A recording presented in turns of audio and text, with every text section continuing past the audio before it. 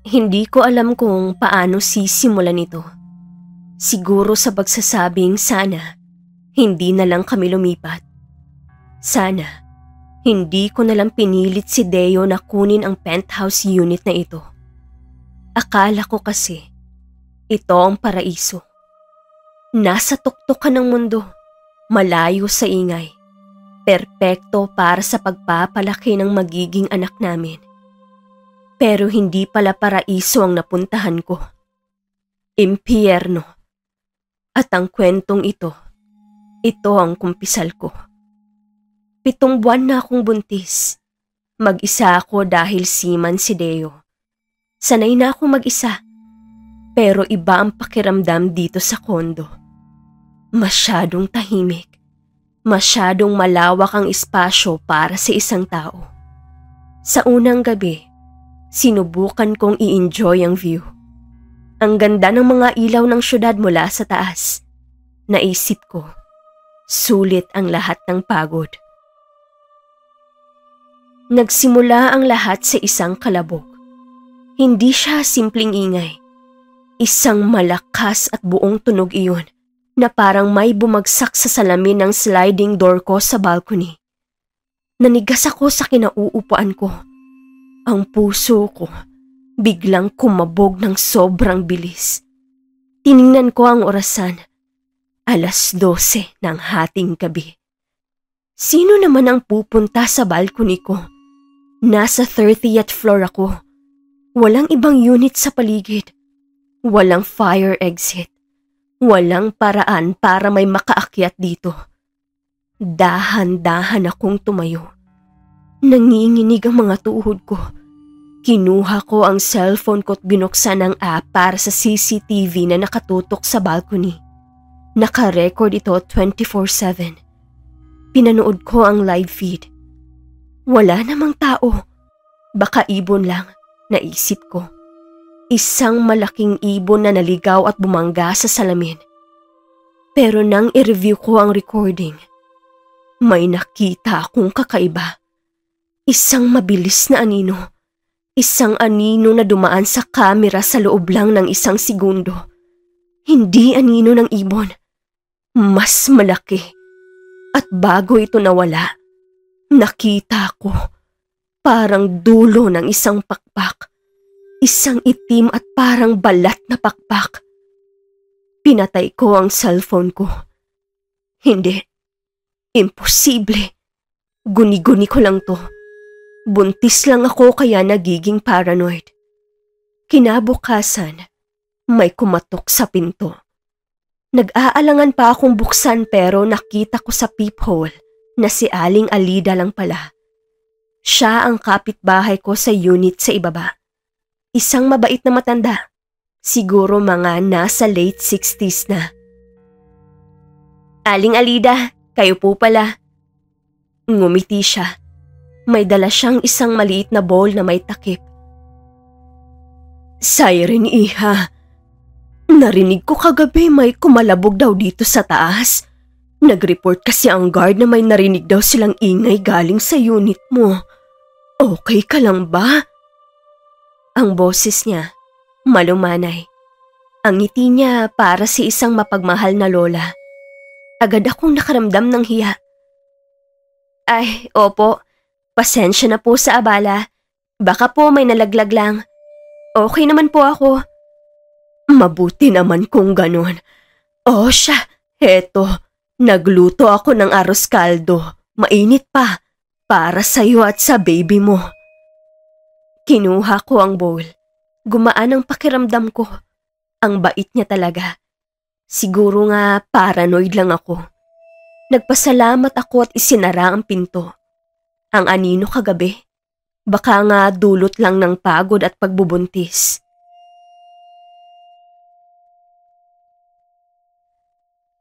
Pero dumating ulit ang gabi. At doon, nawala lahat ng duda ko. Pinalitan ito ng purong takot. Hindi na ito kalabog. Kaskas na. Tunog ng matutulis na kuko na paulit-ulit na kinakaskas sa salamin ng balcony ko. Dahan-dahan, mahaba, Parang may sinusubukang butasin ang salamin. Hindi na ako sumilip. Hindi ko na binuksan ang CCTV. Tumakbo ako papasok ng kwarto at nilak ang pinto. Niyakap ko ang tiyan ko. Baby, dito ka lang. Puprotektahan ka ni Mommy. Ang kaskas ay tumagal ng halos 1 oras. Walang tigil. Kasabay nito, may naririnig akong kakaibang tunog. Parang pagaspas ng pakpak. Pero hindi normal. Masyadong malakas. Masyadong mabigat. Nang sa wakas ay tumigil ang lahat, nanatili ako sa kwarto. Nanginginig. Naghihintay. Maya-maya pa, may narinig akong sigaw mula sa labas. Hindi sigaw ng takot. Sigaw ng sakit. Galing sa baba. Pinilit kong labanan ang takot ko. Kailangan kong malaman kung ano ang nangyayari. Dahan-dahan akong lumabas ng kwarto at pumunta sa balcony. Wala nang kumakaskas. Pero ang takot, mas matindi pa. Sumilip ako sa baba, sa direksyon ng unit ni Aling Alida. Bukas ang ilaw sa balcony niya. At doon ko siya nakita. Si Aling Alida, nakatalikod siya, paggewang-gewang, parang lasing. Pumasok siya sa kanyang sliding door. At bago siya tuluyang pumasok, lumingon siya ng bahagya. Sa liwanag na nagmumula sa loob ng unit niya, kitang-kita ko. May dugo sa gilid ng kanyang bibig. Isang patak ng sariwang dugo. At sa sandaling iyon, alam ko na, ang mabait na matandang nagbibigay sa akin ng arroz caldo, ang halimaw na kumakaskas sa bintana ko tuwing gabi, ay iisang tao. Hindi ako kapitbahay ng isang manananggal. Nakatira ako sa itaas mismo ng pugad niya.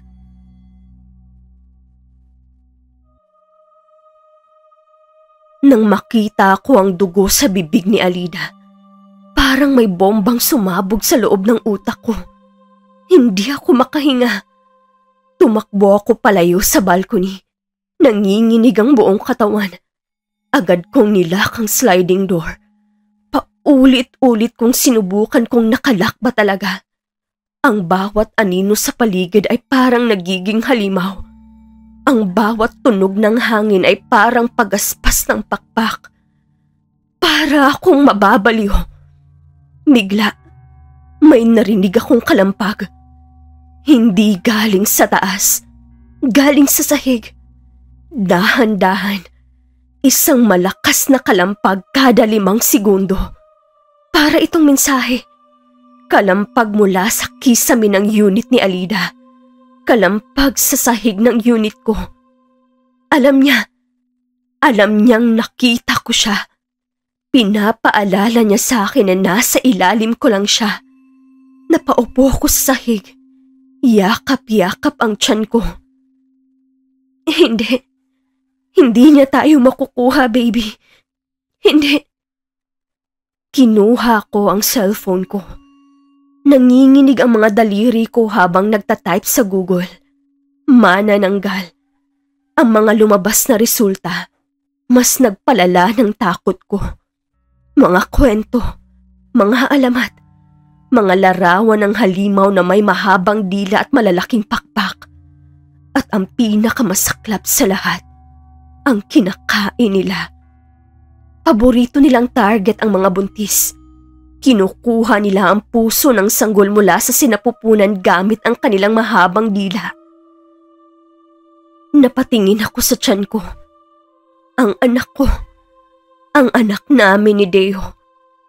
Naramdaman ko ang pagsipa niya. Parang sinasabi niyang natatakot din siya. Doon, ang takot sa puso ko ay napalitan ng galit.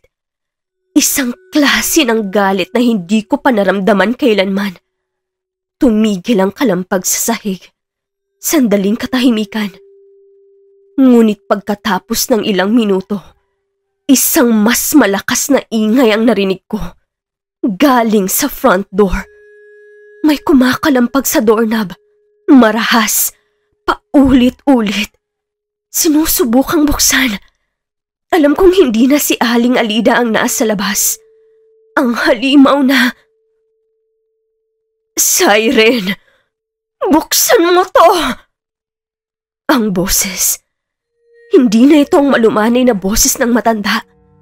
Ito ay gasgas, malalim, at puno ng kasamaan. Dali-dali akong kumilos.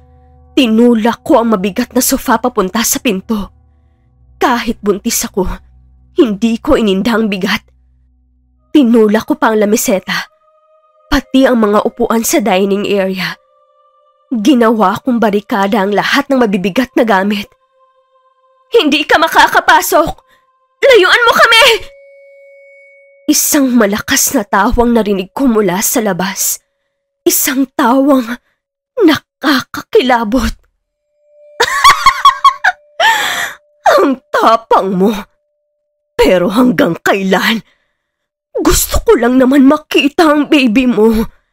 Hayaan mo kung awitan siya para makatulog.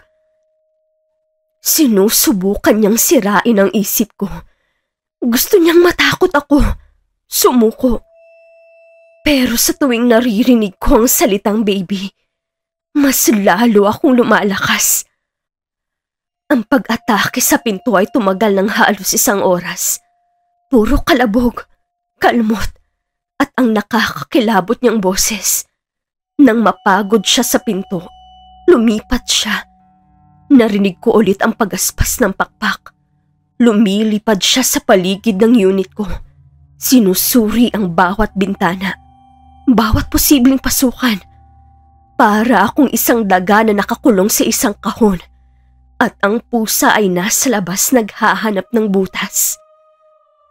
Lumipas ang mga oras. Ang bawat minuto ay parang 1 taon. Hindi ako umupo. Nanatili akong nakatayo. Hawak ang isang matigas na payong. Handang lumaban kung sakaling makapasok siya. Pinapanood ko ang sikat ng araw sa mga siwang ng bintana. Naghihintay. Nagdarasal. Nang sa wakas ay nagsimulang magliwanag sa labas. Tumigil ang lahat. Nawala ang pagaspas. Nawala ang mga kalmot. Tahimik. Alam kong umalis na siya. Kailangan niyang bumalik sa katawan niya bago pa sumikat ang araw. Napaupo ako sa sahig. Hingal na hingal. Ligtas kami. Sa ngayon, tiningnan ko ang paligid ko. Ang dating paraiso. Ngayon ay parang binagyo. Ang mga gamit, nagkalat. Ang pinto, puno ng malalalim na kalmot. Ang isip ko, wasak. Alam kong babalik siya. At sa susunod na gabi, baka hindi na kayanin ng mga barikada ko. Hindi sapat ang pagtatanggol lang. Kung gusto kong mabuhay kami ng anak ko, kailangan kong gawin ang isang bagay na hindi ko akalaing gagawin ko. Kailangan kong ako naman ang sumugod. Kailangan kong pasukin ang pugad niya. Kailangan kong tapusin ito.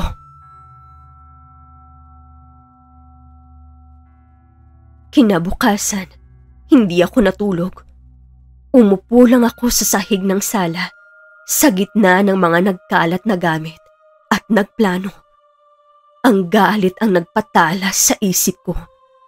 Kailangan kong malaman kung ano ang nasa loob ng unit niya. Kailangan kong makahanap ng ebidensya ng kahit anong pwede kong gamitin laban sa kanya. Hindi na ako aabot ng 1 pang gabi. Nag-order ako online ng 10 kilong rock salt. Pinili ko ang pinakamabilis na delivery. Habang naghihintay, hinanap ko ang lumang toolbox ni Deo. Nandoon, nakita kong isang maliit na crowbar. Kumuha rin ako ng kutsilyo mula sa kusina. Hindi ko alam kung paano, pero kailangan kong lumaban. Mula sa bintana, pinanood ko ang pinto ng unit ni Alida sa ibaba. Bandang 9:00 ng umaga, lumabas siya. Buo ang kanyang katawan. Nakabistida at may dalang bayong. Normal na normal tingnan.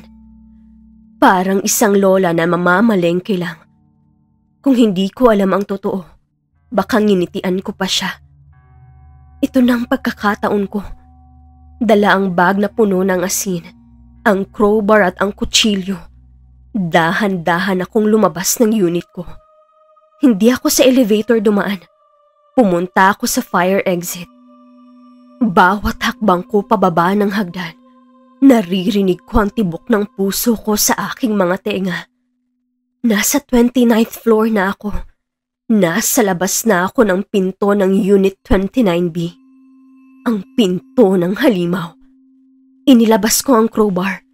Ginamit ko ito para piliting buksan ang pinto. Bawat tunog ng metal sa metal ay parang sigaw sa katahimikan. Sa wakas, pagkatapos ng ilang subok, narinig ko ang isang click. Bumukas ang pinto. Itinulak ko ito ng dahan-dahan. Ang amoy, yun ang unang tumama sa akin. Amoy ng bulaklak at pabango ng matanda. Pero may kasamang amoy ng nabubulok na karne. Halos masuka ako. Pumasok ako at isinara ang pinto sa likod ko. Ang sala niya, malinis. Masyadong malinis. May mga litrato sa pader, pero lahat ay luma na. Sa isang sulok, may isang salaming aparador. At ang laman nito, yun ang nagpatindig ng balahibo ko. Maliliit na sapatos. Mga sapatos ng sanggol. Iba't ibang kulay. Iba't ibang disenyo. Siguro mga 20 pares. Mga tropeyo. Mga tropeyo mula sa mga dati niyang biktima. Hindi ako nagtagal doon. Dumiretso ako sa kwarto. May isang malaking kama at isang lumang aparador. At sa paanan ng kama, may isang malaking baul na gawa sa kahoy. Dahan-dahan ko itong nilapitan. Nanginginig ang kamay ko habang binubuksan ang takip nito. Bumukas ito ng walang tunog. Wala roon ang katawan. Pero ang laman nito ay mas nakakakilabot. Ito ang kanyang preparation kit. May mga garapon ng mabaho at malangis na likido. May mga basahan na may mansya ng tuyong dugo. At sa ilalim ng lahat, may isang maliit na itim na notebook. Kinuha ko ang notebook. Binuklat ko ito. Ang laman nito ay listahan. Mga pangalan, mga petsa, mga lugar. Siren, July 2025, Quezon City. Nakasulat na ang pangalan ko. Nasa ilalim ito ng listahan. Sa itaas nito, may daan-daang iba pang pangalan na nagsimula pa noong 1950s. Isang listahan ng lahat ng kanyang mga biktima. Ito ang kanyang ledger ng kamatayan. Nabitawan ko ang notebook. Ang halimaw na ito, hindi lang siya pumapatay. Kolektor siya. At ako na ang susunod. Itinaas ko ang cellphone ko. Kinuhanan ko ng litrato ang bawat pahina ng notebook. Ebidensya. Kailangan ko ng ebidensya. Pero habang kinukuhanan ko ng litrato ang huling pahina, narinig ko ang tunog. Tunog ng susi sa labas ng pinto. Nanlaki ang mga mata ko. Bumalik siya. Masyadong maaga. Dali-daling bumukas ang pinto. Pumasok si Alida. Dala ang kanyang bayong. Nakita niya ako. Nakita niya ang bukas na baul. At nakita niya ang notebook niya sa mga kamay ko. Nabitawan niya ang kanyang bayong. Ang laman, gumulong sa sahig. Mga gulay. At isang maliit na bote ng gatas. Ang ngiti sa kanyang mukha ay nawala. Napalitan ito ng isang ekspresyon na hindi ko pa nakikita. Purong galit. Anong ginagawa mo sa bahay ko? Ang boses niya, malamig. Alam ko na ang lahat. Ang mga pangalan. Ang mga sanggol na kinuha mo. Pakialamera kang bata ka. Sa isang iglap, Tumakbo siya papunta sa akin. Ang lakas niya, hindi ka panipaniwala para sa isang matanda. Sinubukan kong tumakbo pero mas mabilis siya. Hinawakan niya ako sa liig. Dahil nakita mo hindi mo dapat makita, mamamatay ka ngayon din. Nagsimula ang aming laban. Isang brutal na away sa loob ng kanyang pugad. Nagpupumiglas ako, pero ang higpit ng hawak niya ay nakakasakal. Ginamit ko ang tuhod ko para sipain siya sa tiyan. Bahagya siyang napaatras. Yun na ang pagkakataon ko. Tumakbo ako palabas ng kwarto, pero nahablot niya ang buhok ko. Sinabunutan niya ako hanggang sa matumba ako sa sahig. Hindi ka makakatakas! Akin ang bata sa tiyan mo! Ang laban ay nagsisimula pa lang, at sa pagtingin ko sa orasan sa pader, nakita ko ang mas malaking problema. Dapit hapon na, malapit nang magdilim. Nakatayo si Alida sa harap ko, at ang dilim sa labas ay unti-unting pumapasok sa silid. Ngumisi siya, at ang kanyang mga mata ay nagsimulang magbaga na parang dalawang nagliliyab na uling. Tapos ka na! Bigla, narinig ko ang isang tunog na hindi ko malilimutan. Tunog ng mga butong nababali at muling nabubuo. Ang kanyang likod ay nabukbok. At mula roon, dalawang malalaking pakpak ang marahas na pumunit sa kanyang bestida. Itim, parang sa paniki, at nababalot ng mga ugat. Ang kanyang mga kuko ay humaba at naging matutulis. Ang kanyang katawan, sa may bandang bewang ay nagsimulang pumutok. Isang nakapangingilabot na tunog ng nabibiyak na laman ang narinig ko. Humiwalay ang itaas na bahagi ng kanyang katawan mula sa ibaba. Ang kalahating katawan sa sahig ay natumba, habang ang halimaw ay lumutang sa ere. Ang dila niya ay humaba, at ang mga mata niya ay nakatutok sa akin. Wala na akong panahon para matakot. Kailangan kong kumilos. Tumayo ako at sinipa ang natapong pakete ng asin sa sahig. Kumalat ang mga butil nito. Sumigaw ang manananggal ang madaplisan ng kanyang kamay ang asin. Yun na ang senyales. Tumakbo ako palabas ng unit niya, pababa ng fire exit. Wala akong pakialam kung saan ako pupunta, basta makalayo lang. Pero narinig ko ang malakas na pagbasag ng salamin mula sa kanyang balcony. Lumabas na siya, at alam kong sinusundan niya ako. Umakyat ako pabalik sa unit ko. 2 palapag, ang pinakamahabang takbo ng buhay ko. Narinig ko ang pagaspas ng pakpak sa likod ko. Pabilis ng pabilis. Nakarating ako sa pinto ng unit ko. Nanginginig akong binuksan ng lock. Pumasok ako at mabilis na isinara. Pero huli na. Isang maitim na pakpak ang humarang sa pinto bago ito tuluyang magsara. Itinulak ng halimaw ang pinto ng buong lakas. Tumalsik ako papasok ng sala. Nakapasok na siya. Nasa loob na kami ng teritoryo ko. Hindi kita hahayaang manalo! Tumakbo ako papuntang kusina. Kinuha ko natitirang mga pakete ng asin at ibinato sa kanya. Umilag siya, pero may mga tumama sa kanyang balat. Sumisigaw siya sa sakit na parang napapaso. Binigyan ako nito ng ilang segundo. Binuksan ko ang stove. Inilagay ko ang isang takore na puno ng tubig. Habang hinihintay itong kumulo, kinuha ko ang crowbar mula sa aking bag. Ito na ang huling laban. Sumugod siya. Sinubukan niyang dakmain ang tiyan ko gamit ang kanyang mahahabang kuko. Pero sinalag ko ito gamit ang crowbar. Ang tunog ng metal laban sa kuko ay nakakabingi. Iwinasiwas niya ang kanyang pakpak at tinamaan ako sa mukha. Natumba ako. Gumapang siya papalapit sa akin. Ang mabaho niyang hininga ay tumatama sa mukha ko. Masarap ang puso ng isang batang hindi pa naisisilang. Sa sandaling iyon, narinig ko ang pagsipol ng takore. Kumukulo na ang tubig. Sa huling lakas, sinipa ko siya sa muka. Napaatras siya. Tumakbo ako at kinuha ang kumukulong takore. Walang pag-aalinlangan. Ibinuhos ko lahat ng laman nito sa kanya. Isang nakakayanig na sigaw ang pinakawalan niya.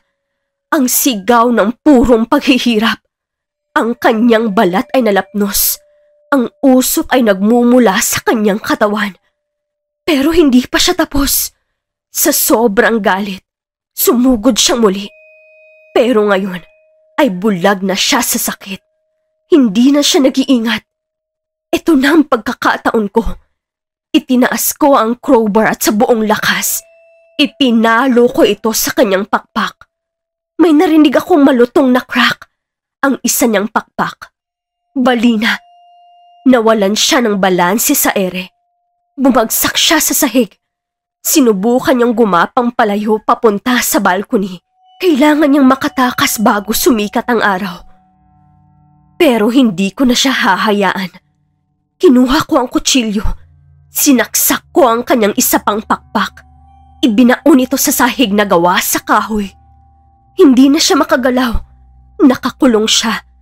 At sa labas, nagsisimula ng magliwanag. Tumingin siya sa akin.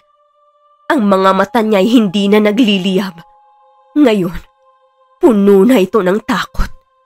Takot sa sikat ng araw. Itinaas niya ang kanyang kamay na parang humihingi ng awa. Umiling lang ako. Unti-unting tumama ang unang sinag ng araw sa kanya. Nagsimula siyang umusok. Pagkatapos ay naging abo. Mabilis lang. Sa loob ng ilang segundo, ang halimaw na sumira sa buhay ko ay naging isang tumpok na lang ng itim na abo sa sahig ko. Tapos na. Napaupo ako. Hingal na hingal. Niyakap ko ang tiyan ko. Ligtas na kami. Ligtas na ang anak ko.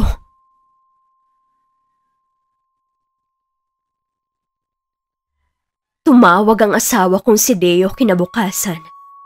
Sinabi ko lahat. Agad siyang humingi ng tulong para umuwi. Dumating ang mga pulis. Nakita nila ang sirang apartment. Nakita nila ang abo. At nang ibigay ko sa kanila ang cellphone ko na may mga litrato ng notebook ni Alida, naniwala sila sa akin. Isang buwan ang lumipas. Nanganak ako. Isang malusog na baby boy. Pinangalanan namin siyang Deo Jr. Buhay kami. Ligtas kami. Pero may mga peklat na hindi na mawawala. Ang mga ala-ala ng gabing iyon mananatili sa akin habang buhay. At ito si Anne para sa Halimaw Daydreams Channel.